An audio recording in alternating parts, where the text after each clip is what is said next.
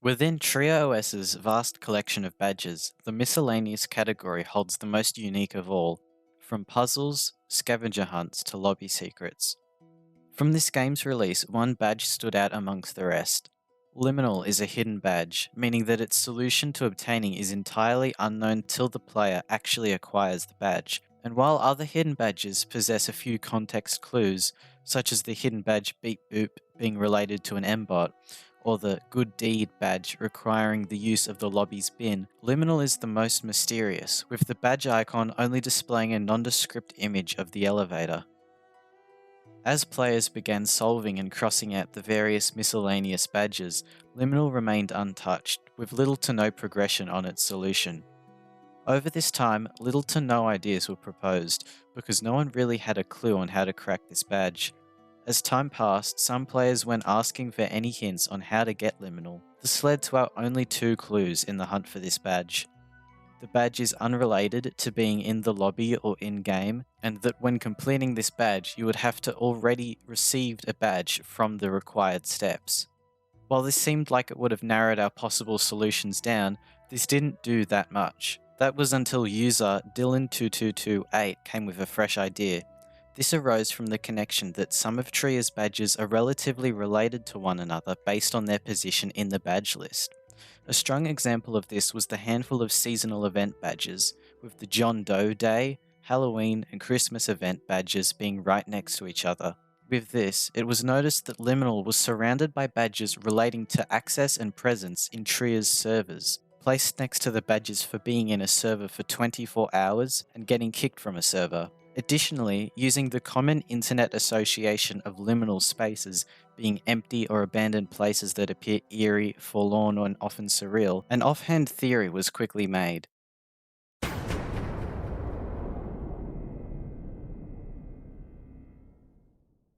This theory was really strong compared to anything we had to this point. It ticked all the boxes, from being unrelated to any lobby secrets and also resulting in the receiving of the 24-hour uptime badge. With this, I quickly booted up a private TRIA server, getting ready to wait the 24 hours. Hour 1 was pretty uninteresting. I grinded Nosastra for about 10 minutes, only getting one alright run to phase 4. Then I had to leave my PC, so I set up my autoclicker and went AFK for the rest of the hour. Hours 3 and 4 were probably the highlight of my time in this server. I started out grinding Nosastra again, but quickly noticed that a bunch of maps were verified, so I decided to beat them. This included the original Overdrive, its sequel Afterdrive, and Underdrive. Overall, these maps were a nice nostalgia trip. I don't think they've aged too poorly in terms of gameplay. Underdrive is probably the most high quality of the three, with some of its design and decoration actually not looking too bad.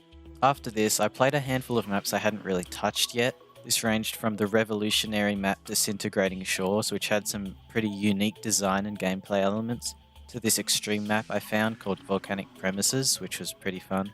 Alongside this, I grinded a few more insane map badges, including Jumper, Moonlight Cosmos, and Spooky Gardens. I also got the badge for Lost Conscience, despite not actually beating it, which was kind of funny. Finishing up the hour, I then played through Lush Remnants. I beat Volcanic Premises and got the badges for Ethereal Gardens and Ocean Palace. I decided to wrap it up here and put my autoclicker back on. Hour 7 was the last time I'd played TRIA until the 24th hour. In this, I decided to try something a bit different, getting around to actually attempting Monovoid. I never really tried learning this map before and kept coming across it in public servers, so I decided to give it a shot. Overall, this was a very fun experience. It was a very smooth grind at first, as I progressed pretty fast through the bulk of the map until the second last room. The second last room was this large memory-based room that has a bunch of horizontal poles that you have to navigate. I found this really hard, and I probably spent most of the hour loop failing this.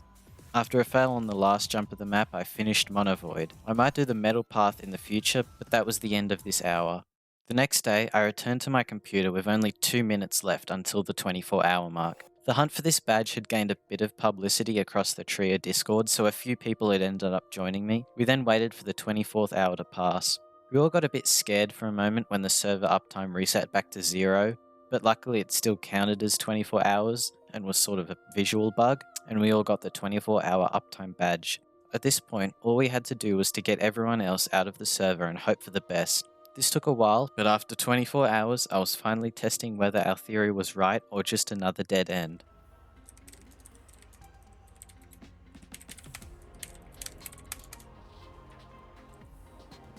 Okay, come on. Okay, Liminal.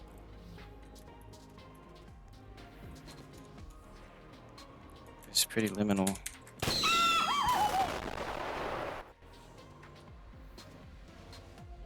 Gonna play Monovoid while alone.